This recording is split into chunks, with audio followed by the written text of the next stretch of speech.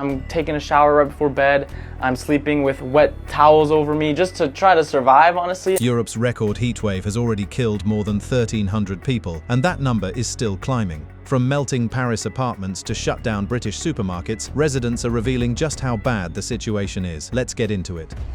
The death toll.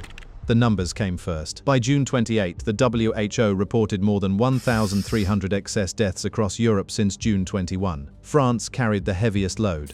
France is now reporting a devastating number after Europe's record-breaking heat wave. That number was around 1,000. French authorities documented roughly 1,000 deaths since about June 24 and made clear the count was not final. Officials say the country recorded about 1,000 excess deaths during the heat wave, and health authorities warn the final number could rise as more data comes in. The toll keeps climbing because heat does not announce itself like other disasters. There is no flood and no fire on the radar. The danger builds inside buildings. This is why heat is one of the most dangerous disasters on Earth. It does not always look dramatic. France framed this as the most severe heat dome the continent had seen. Officials say this is the worst heat dome that's ever hit Europe, and France officials worry that the death toll is only going to rise. To see why so many died, we have to look at the temperatures that caused it.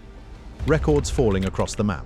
The heat broke records nobody had touched in generations. Spain hit a peak of 45.1 degrees Celsius, which is 113.2 degrees Fahrenheit, in Andújar on June 22. France saw its hottest June day ever, with 44.3 degrees Celsius in Pissos, 42.1 in Bordeaux, and Paris reaching 40.9. In the capital, that record had an unforgettable scale. Hot today in Paris, it beat a June record. In fact, it was hotter here than in 99% of the planet. The asphalt could not hold up, and the grid buckled as millions reached for cooling. Tens of thousands of people today, households lost power. Even in northwestern France, the asphalt was melting. The records were not confined to the south. The UK, Austria, Czechia, and Denmark also broke their all-time high. A BBC scientist explained why this summer felt sharper than past heat waves. For southern England, what we've seen actually over the last 50 years is that heat waves have got 3 or 4 degrees hotter. That gap is the heart of the story, and it doubles the danger. And that makes a big difference. It probably doubles the mortality that we would expect to see from such an event.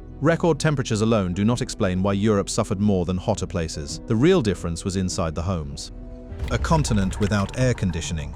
Europe was built to hold warmth in, not push it out. Air conditioning is rare, and that single fact turned ordinary apartments into traps. It is rare for households in Europe to have air conditioning. In fact, it's only 20%. With cooling out of reach, Parisians flooded into a canal normally closed to swimmers. The rest of them, they come to places like this. This is the Canal Saint-Martin in Paris. The scarcity is stark against the United States, and Americans living in Europe were stunned. Roughly 6% of homes have it. Compare that to 90% in the US. A lot of businesses don't have it here. For some, frustration boiled over. I can understand why crime rates go up in the summertime because as an American living in Europe right now, specifically living in Germany, and I have no AC. Even buying a unit becomes a cultural battle. A longtime expat in Paris finally gave in. We are in the middle of this Paris heat wave, and after almost 20 years living in Europe, I finally convinced my English husband that we needed to get a little air conditioning unit, okay? Her American friends celebrated, but the French response was the opposite. French reaction has been so different, okay? While they appreciate that it's crazy hot here, they're very concerned for my health. That mismatch turned a hot summer into a deadly one, and nowhere did it hurt more than after dark, inside the bedrooms. Inside the furnace homes. For many Europeans, the bedroom became the worst place in the building. One Paris resident described a nightly routine just to sleep. I'm taking a shower right before bed. I'm sleeping with wet towels over me just to try to survive, honestly, and just try to sleep. His top-floor flat became unlivable, with everyday objects deforming in the heat. In Euless Zachary's top-floor home in Paris, bars of soap have melted and pressure in wine bottles has started pushing out the corks. He was running out of options, taping foil to the glass. Apparently, if you put some foil on your windows, it reflects the sun away, but I only have this much, so it covers about like a fourth of it. The buildings are the floor, designed in cities like Paris and London to retain rather than deflect heat. A University College London researcher named the smartest fix. External shading or other means that block solar radiation before it enters a building are the most effective when it comes to overheating mitigation. Renters had no power to fix anything. One Paris tenant filmed her flat at 40 degrees with a landlord who had one suggestion. 40 degrees right now, inside and outside my apartment, and the only thing my landlord has to say is open the window. Why Paris still has no AC in 2026? The sleepless nights are no small complaint. The BBC scientist described their quiet danger. And yes, that makes it really hard to sleep. I know I struggled to sleep last night when the temperature doesn't drop below 20 degrees. He gave the condition a name that hides how serious it is. We call it a tropical night, and we're seeing more and more of those happen, and we'll continue to see more of those in the future as well. Those struggling bodies were one sign of strain. The systems meant to support them were breaking too.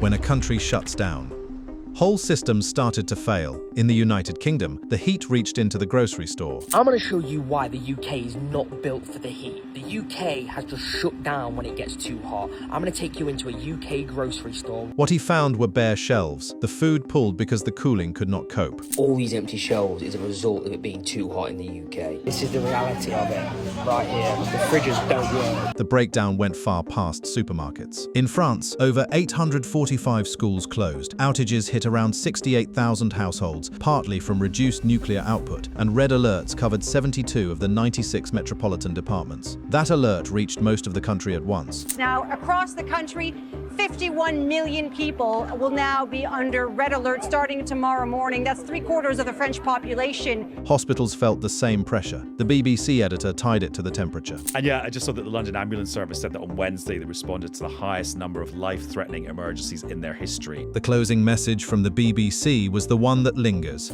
This isn't a natural disaster, this is a man-made disaster, and we are continuing to make it worse. With more than 1,300 already counted, and the figure still climbing, the people living through it are saying the same thing the data is: this is worse than a normal summer, and it is only getting hotter. Thank you for watching. If you enjoyed watching this video, click on one of the boxes playing on your screen to watch more similar content.